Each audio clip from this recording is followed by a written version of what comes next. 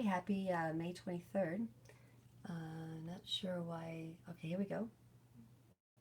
Welcome. Hello. I hope all of you are having a great day.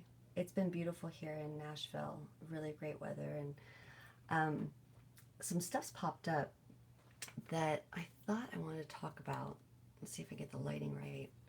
Um, First of all, I want to thank some of the new subscribers, which are just a few, which is great, um, here and listening. And the last week or so, I've had some really wonderful people come into my world and want to engage in all these different topics that um, it, in historically I've only done in human form, and now it's more on YouTube and Twitter and all these other things. So if you're new and you hear this, check me out on Twitter. It's just Kimberry Studio, very simple. You can check me out on Instagram if you'd like. You can learn about my work and what I've been about for a long time now by going to kimberrystudio.com. I encourage you to check it out if you're interested. Um, but something happened today that has been going on in the art world for a long time, and it happens not only in the art world, but it happens in every single facet. Oh, hey, what's up, Corinne? Thanks for tuning in. It happens in every single facet of our current society, which is luckily now crumbling, which is fantastic in many ways. But it's this idea of pay to play. This is important because we feel like failures when we don't succeed in a broken system. Think about that. We feel like failures in a system that now so much is being revealed that is so evil, and systematically it's a pyramid. That's why all the Illuminati, whatever you want to call it, the leaders, the people that have systematically generationally run so much of the tune of how the world works, if we don't go along with that, we're told by society that we're a failure. Not only are we told by society that we're a failure, we're told by our family, our friends, people in our communities. But I want to tell you, if you're going through a crisis of conscience and you've had to say no to some pretty big things on the table because your conscience told you that you just couldn't do it, you're not a failure. You're a success. The world is inverted. Everything that's good, you get punished by aligning yourself with.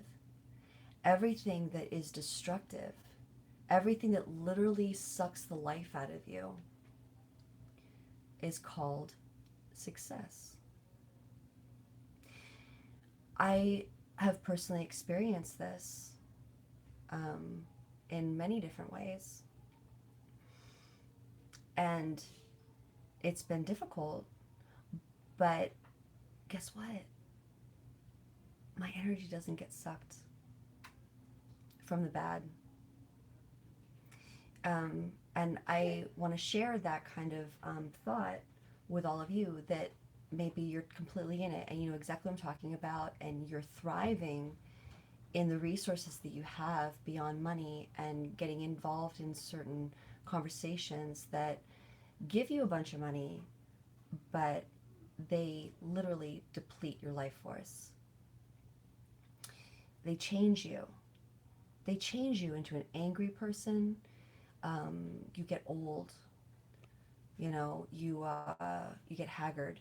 You get worn out. You think the worst of other people and yourself.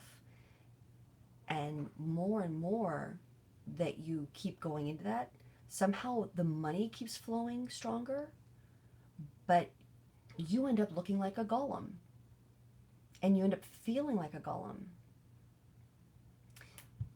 There's a truth to the whole like stereotype of the fat, bald, old man. There's a truth to that. So I want to congratulate all of you on your failure not to want to succeed in that kind of conversation. And what I'm noticing right now with different friends and people that I follow, some people I know personally, and I'm so unbelievably grateful to know them personally. They're the most amazing people on the planet right now, doing unbelievable things out of their own heart.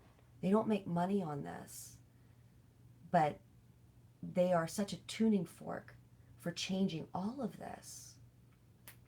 And then there are some people that are on the fence.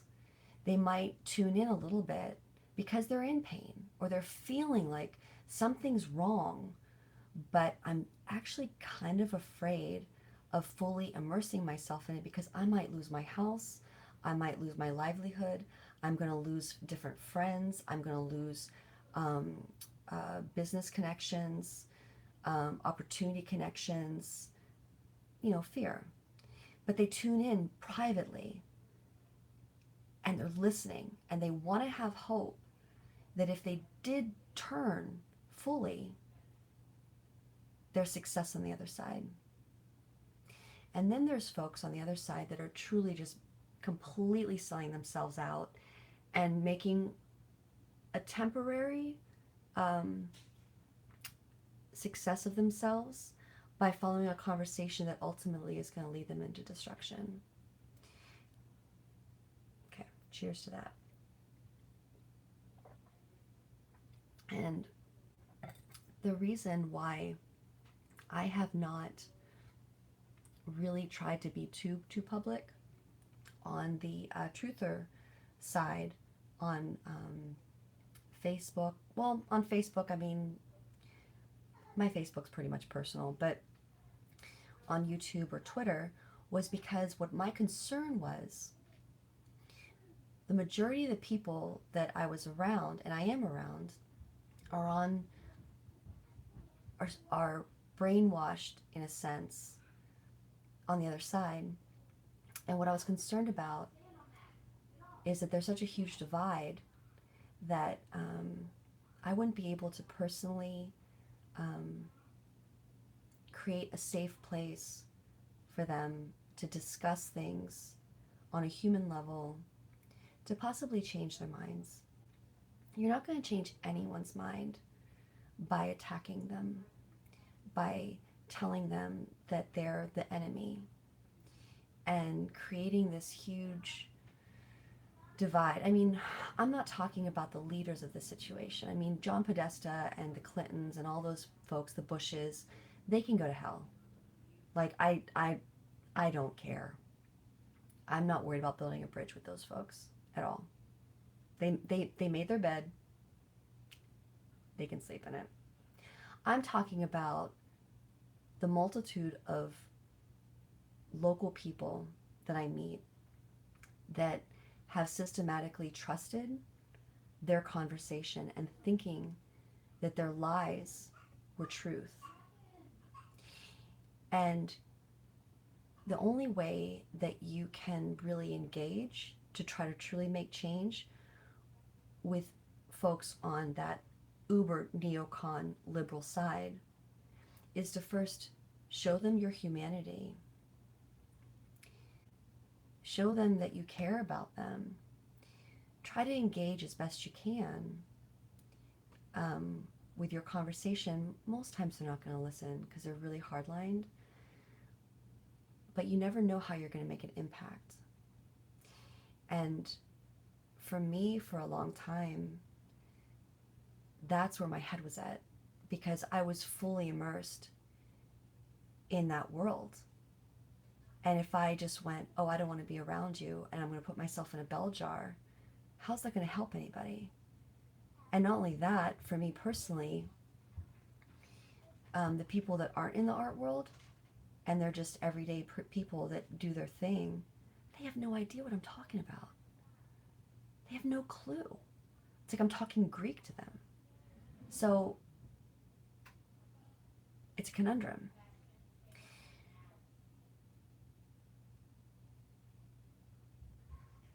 And some people think that it's a failure. I can't tell you how many people thought I was a failure when I walked away from Los Angeles and a bunch of different opportunities, very high opportunities. I had to work with people that you study, people that are my close friends actually, that wanted me to stay in LA and work on things that wouldn't bring me to the conversation I have now today. And that was in 2012. When I left, um, what they do is they try, like with anything, um, it's like a slow drip of seeing what you will do to get success. And I had a lot of people watching me, and I had a lot of different connections.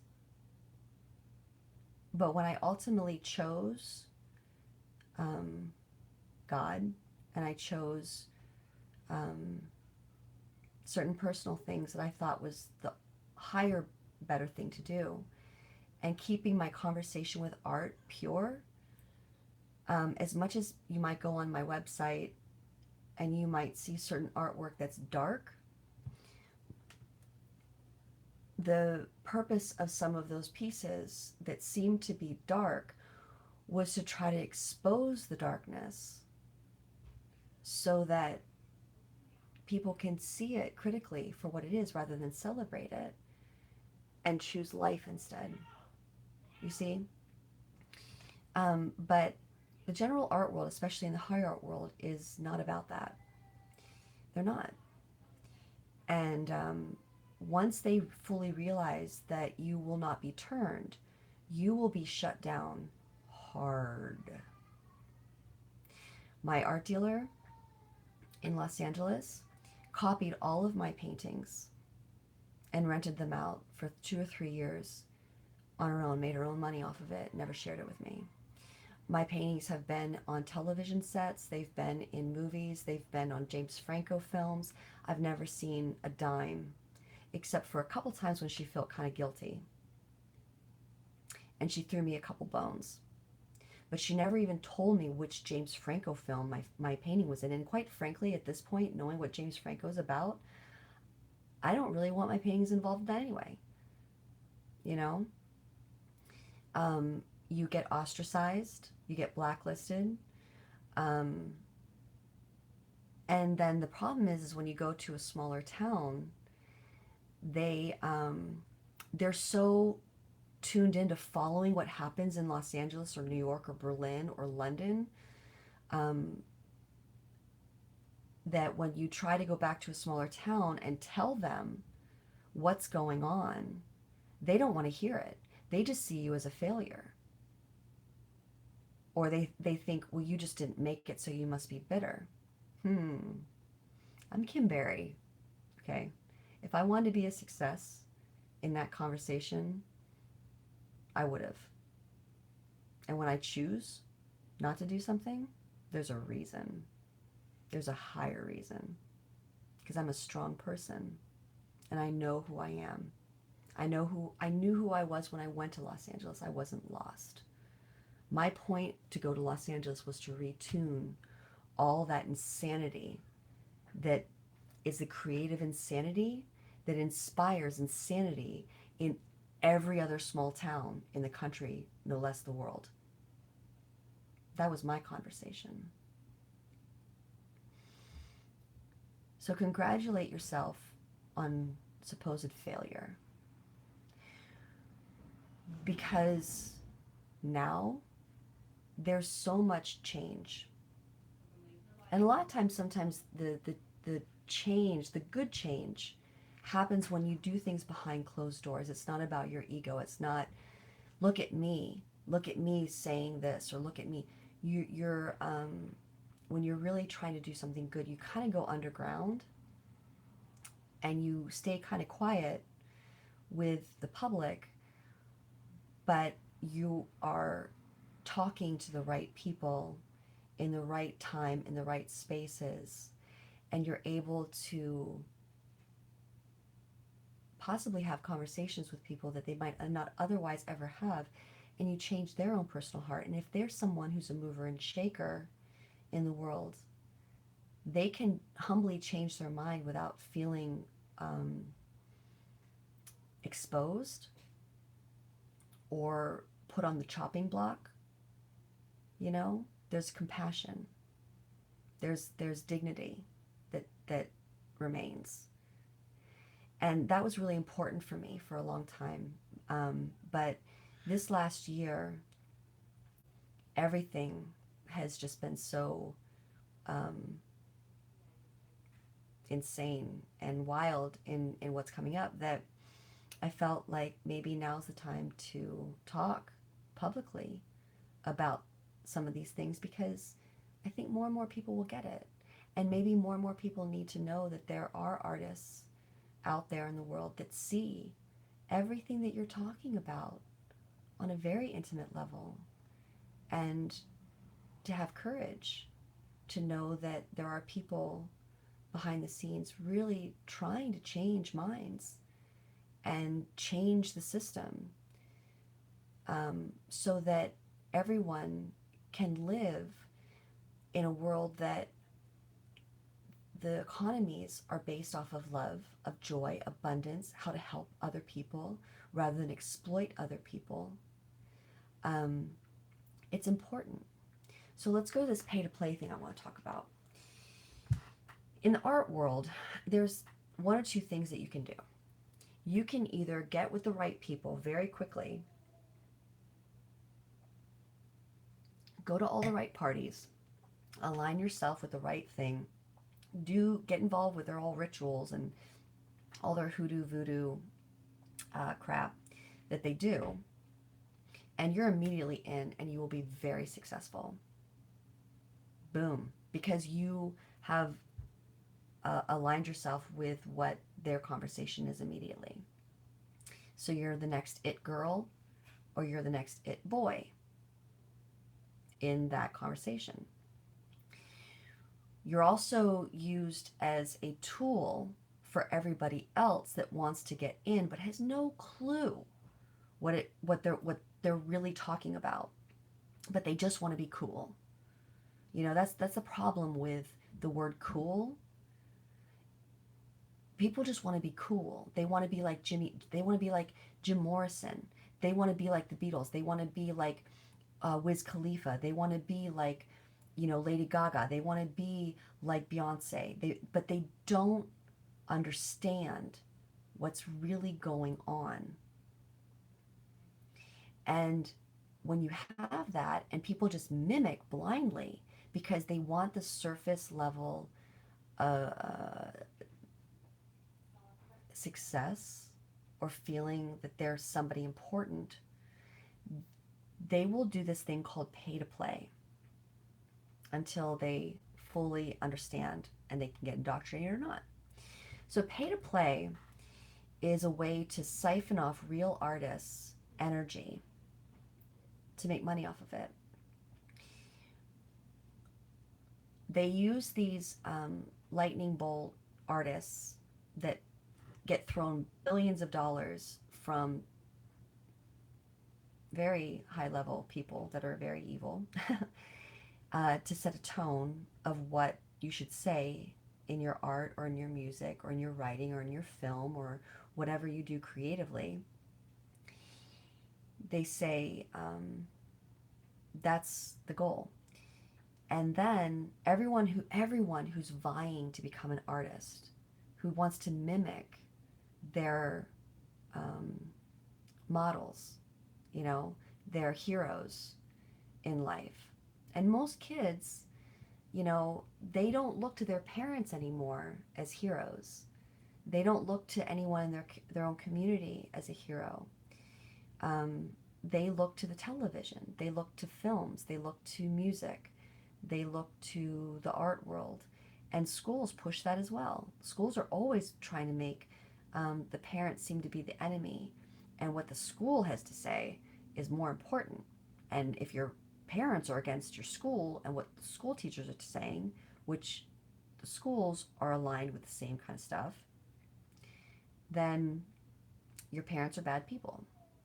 So these kids are really jacked up, and they will look to Kesha.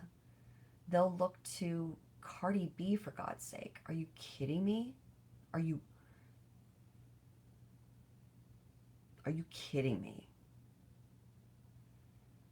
Girl, girl or boy? Girl, boy. If we're looking to Cardi B as someone we need to look up to, we are screwed as society. Sorry. So people pay to play to be in the art world. This happens a lot. Young artists, coming artists, they'll get these emails from different organizations, and they'll say, well, we really like your work and we think it's really great.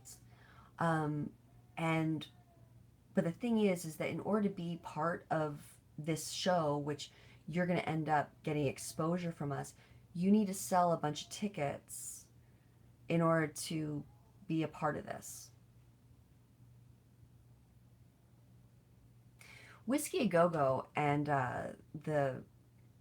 what's the other one? The starts with a T. It's been so long. Anyway, there's a few LA concert venues that the Troubadour. The Troubadour. Okay, so the Troubadour and the Whiskey Go Go. They originally were just regular bars in the 60s that had the Morrisons and everybody come through and play. It's like CBGB's. CBGB's in New York is the same way. So they set this tone of like, wow, this is the place you want to play. But something went wrong with that conversation where the managers of those places stopped truly believing in the work and the artists that were coming into the bar and doing right by them, and going, we're creating a successful platform because we know that we are always having really great artists play, and people always spend money on the alcohol.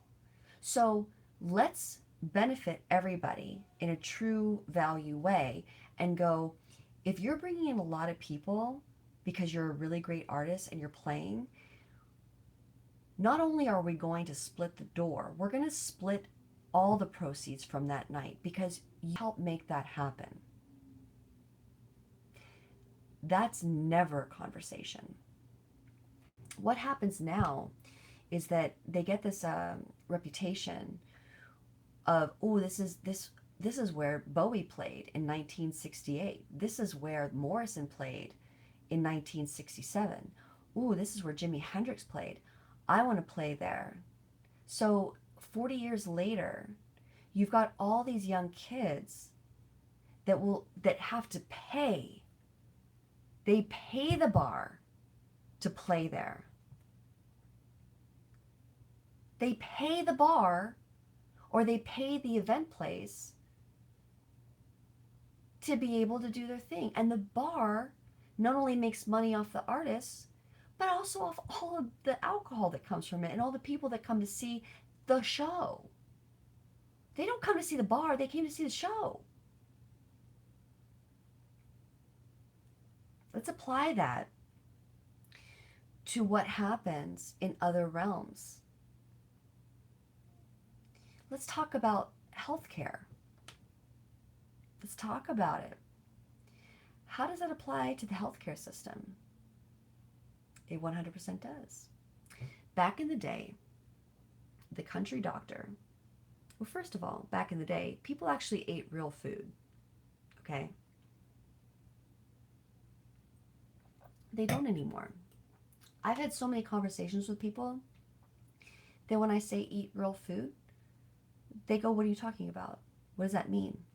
I'm like, well, a live food, like a raw vegetable. It's still living. A raw fruit. It's still living. That's life. You eat that with all the minerals and the nutrients, it's organic. Yeah, real chocolate. Oh, girl, Patrick, you know, real chocolate. Hello. I know. I love that. But then Hershey's twists it. Kraft Foods twists it. Nestle's twists it. Frozen foods, packaged meals, chemical oriented things. We're 4 generations into this. And here's the thing. Here's oh, I've been, Patrick, thank you. I have been boycotting Nestle's since I was a kid. When I found out, Patrick, do you know about the whole 1970s baby formula thing that they did in Africa?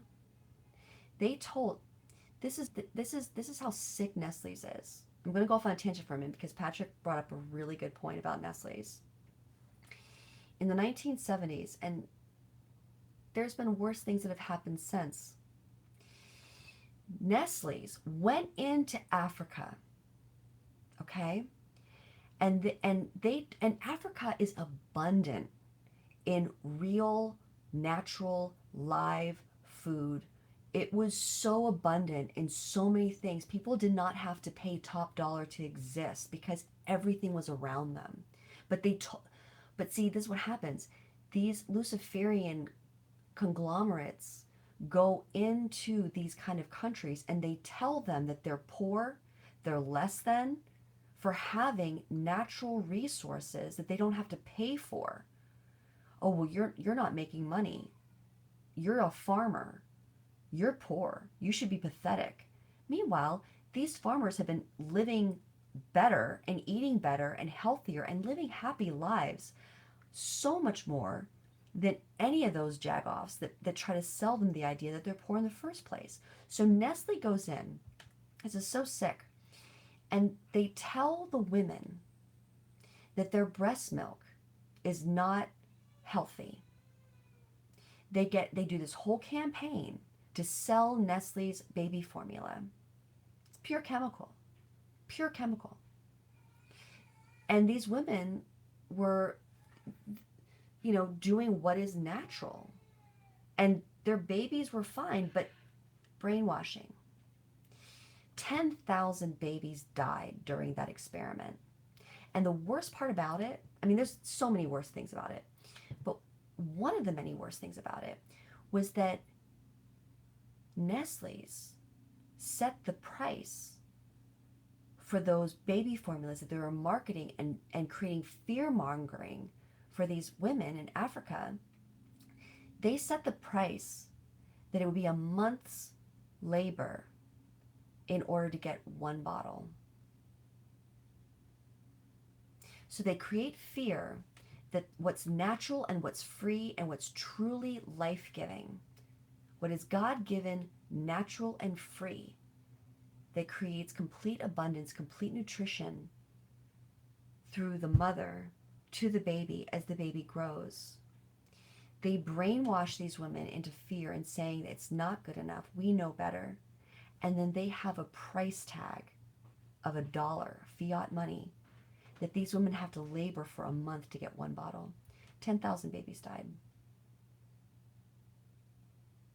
Pay to play. Pay to play. And die. So, I've been boycotting Nestle's all my life because of that. I found that out when I was probably 12. I've done a lot of different things to boycott a lot of different things personally. And some people go, Kim, why do you have to be so hardlined? Why do you have to do this? Like your personal, like, no consent is not going to change anything. It's changing now. It's changing now. People all it takes is one person. Just, and it, when you say no and you share your ideas of why, you inspire other people, especially when they're in pain and they see that you're letting that go. You can inspire other people, and then it can become a lightning bolt. And that's what's happening now. It's amazing. So many people are waking up on so many levels, on so many different ways, that the pay to play is not working. It's not working. You don't have to pay to play. You be yourself. And you do what's in your heart. I did this thing called the Dream Map Project in 2000. It started in 2010. You can look it up on my website if you'd like. It's under the public interactive installation part of my website. In 2010, I was noticing a lot of fear and people not feeling empowered in their own being. I left a world that knew exactly what their power was, and they were very good at manipulating everybody else to follow along suit. Well, I left that. So one of my goals was to try to empower everyday people in their own thoughts, knowing that what you truly believe will happen. And that also creates accountability. Because if you focus on fear and you focus on neglect, you focus on I can't do, this negative, I can't, things are too difficult, I don't have the power, well, you're done. You're dead in the water. But if you actually change your mind and you give yourself that mustard seed, what does Jesus say? A mustard seed of faith. The whole world can be your oyster because you're aligned with that faith of something really good. It can happen. So I created this public interactive installation for people to walk up to this big map that I wheat pasted like little fake dollar bills of money, paper money. I wheat pasted it on a wall in the shape of the United States. And then you walk up to the wall and there's little directions. And the directions say, forget money. People do so many different things for money based on fear, poverty, wants, tuning into the wrong leaders and wanting to mimic them. Forget all that. What's in your own individual heart that you want to do, that you know will create happiness and joy and abundance in your life? And they would write it down on like a little, I have it right here. I'm gonna have to move something for a minute because I have my light. Hello. I have my light on the box that I keep these little dream clouds in. I'm gonna show you what the dream cloud looks like. It looks like this. It's like a little thought cloud. Okay? And you write your dream on this little thought cloud. Anything you want to accomplish. And we know that there's something really powerful about writing something down. If you think it and it passes through your mind and it just goes away, it doesn't really happen. But there's something about writing something down that you have a 50% chance more of actually accomplishing it. So that, me knowing that, it was trying to create power in these folks of what they really wanted. And some people took it as a joke. Some people really wrote some really deep stuff. And some people actually got angry. They got angry about it. And they were usually older people. And I was at first kind of shocked about that reaction. But then I realized that when you've lived an entire life living a lie and constantly living in denial, that when you're confronted with that kind of conversation, you're going to be angry. So I get it. and they don't think they can change their minds. That's the worst thing, is people don't think they can change their minds. They think that once they get aligned with something, they have to just keep going with it till death do us part. And actually, freedom is the idea of, at any given moment, you're always trying to figure out what the truth is and what really works. And you can be convicted. I can be convicted today about something and be like, yeah. And then tomorrow, somebody comes in my life and um, encourages me even a higher level, not going down, but a higher level. And I'm like, wow, now I'm even, okay, change my mind about that. I'm even more convicted about something even higher. That's freedom. Going up. Most people want to constantly bring you down. They want to bring you down because no one wants to go down alone in a ship. So, anyway, then I started noticing, after a few years of doing the dream map, I did it in Jacksonville and then I did it in Los Angeles. The last time I did it was in Pittsburgh, and the dreams were so desperate. They were sad. I mean, they were like, the dreams were just like, they want to mimic the bullshit leaders, or they were saying just negative stuff and they didn't even realize it was negative. They were cursing themselves. Like, you can curse yourself. Like, a way that you can curse yourself is by not taking accountability for your own life, and you push it on your own kids. So in Pittsburgh, which I grew up there and I know this very well, parents will not live their own dream to be able to inspire their own kids and let their kids live in freedom to be able to do what their own dream is in the future, because the parents already lived it. They didn't put it on their own kids to live out their dreams that they were too cowardice to do. Sorry. I would see these dreams that said, I just want my kids to be happy. Or I want something negative to happen to somebody else. That's a curse. That's not a dream. You know, so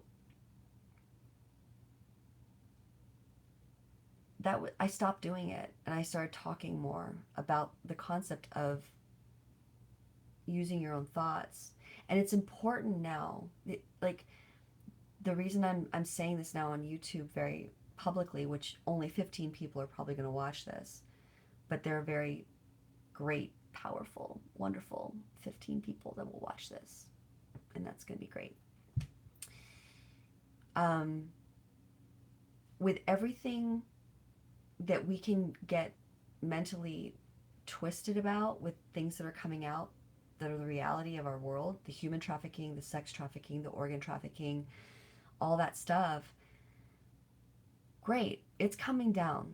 Like, we're all working for it to shut down and be done. But here's the thing. We also need to start imagining what can be. That's what's going to lift us up. Because, you know, people love to get tuned into chaos and drama and the fight and all this other stuff. And that's cool. That's cool. I'm a fighter too, dude. I get it. I'm a total warrior. I get it. But you can also get drained by always focusing on what is being exposed that's super negative. We also need to be warriors in imagining and truly believing things that are going to be beautiful in the world. Okay? It's really important to breathe ideas that create life and joy and abundance for not only ourselves, the people that we're around, our society, all kinds of different things. Super important. So there's that. And I hope that you'll reflect on that and write it down. And you know what? If you want to send it to me, send me your dream. I'll write it on a dream cloud and I'll post it. I've held on to every single dream since 2010. It's a beautiful thing. Because what happened each time with this dream map installation was that little by little, the map of money was covered over by people's individual dreams. That's a symbol of saying that my dream is more important than this fiat money. I can walk in this life, in walking my own conscience in this life first.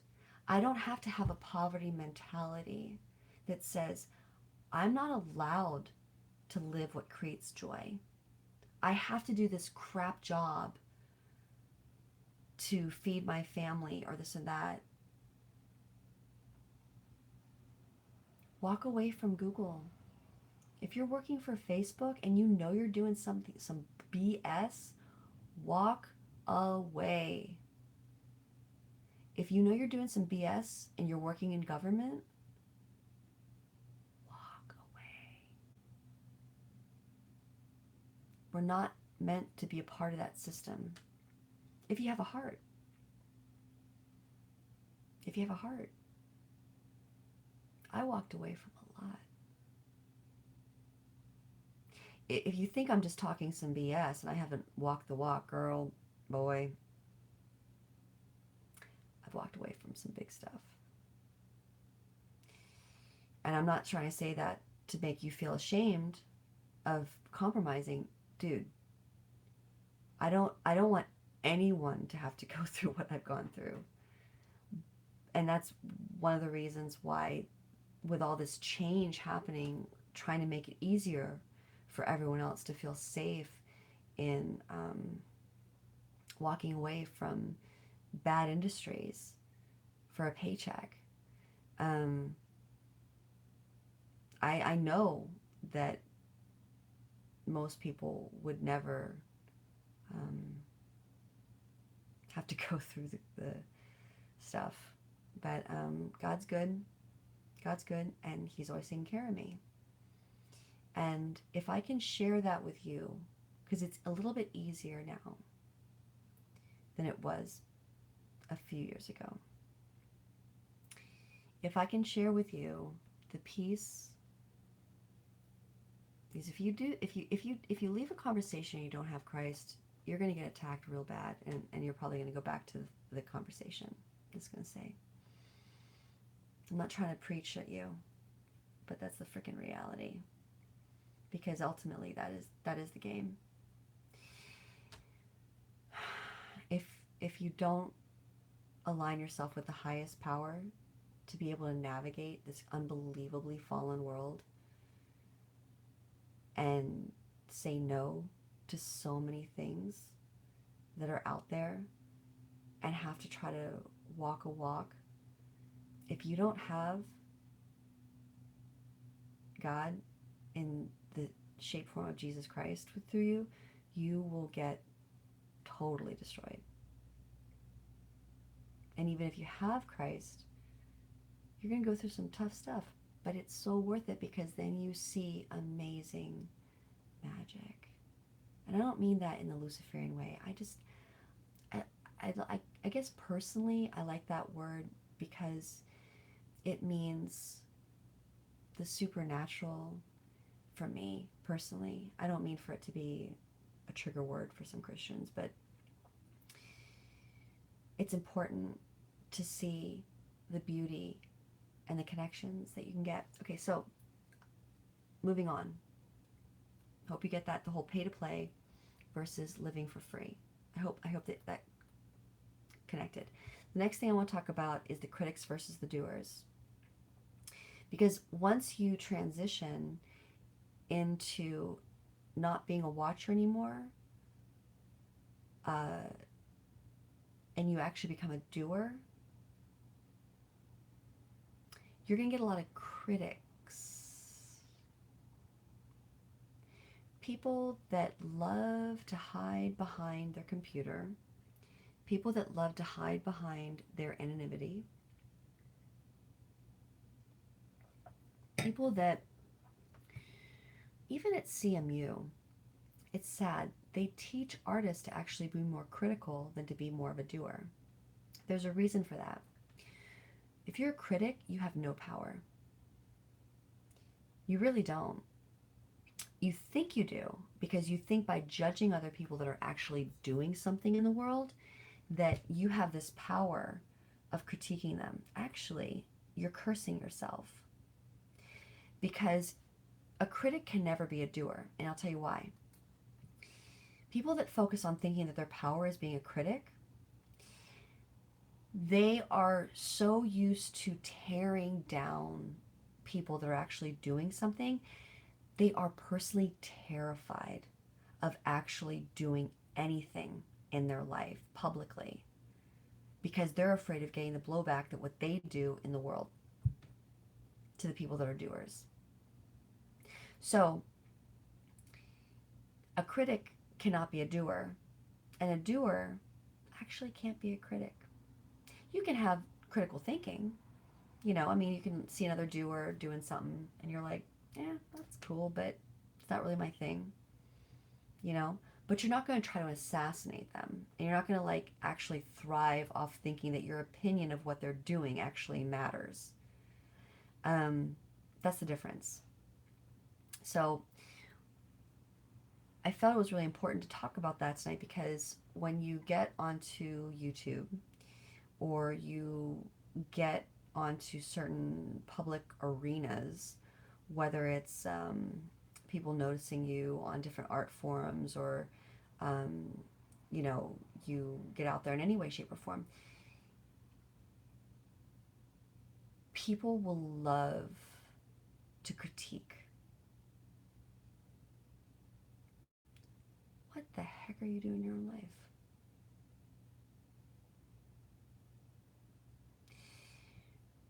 Respect the doer. Respect the doer. I respect doers. I don't respect critics. I've never respected critics. I think they're cowards, but that's just me. So there's that. Also, critics always seem to create discord. And for a doer like myself or the friends that I have that are really putting their butts on the line to create beauty and joy and connection and conversation in the world, the critics kill it all. And they don't, and the funny thing about the critics is that they never actually really want to find out what really happened or what's really going on. They see something, and quite frankly, deep down, they're envious as shit that you're doing something that they don't have the balls to do themselves. Truth. Truth. And then they want to be able, they want to give themselves the entitlement to twist whatever you're doing into what their perception is. That's usually envy oriented, which means they will never want to see the best case scenario of what you're doing. They want to destroy what you're doing because they don't have the balls to do it themselves.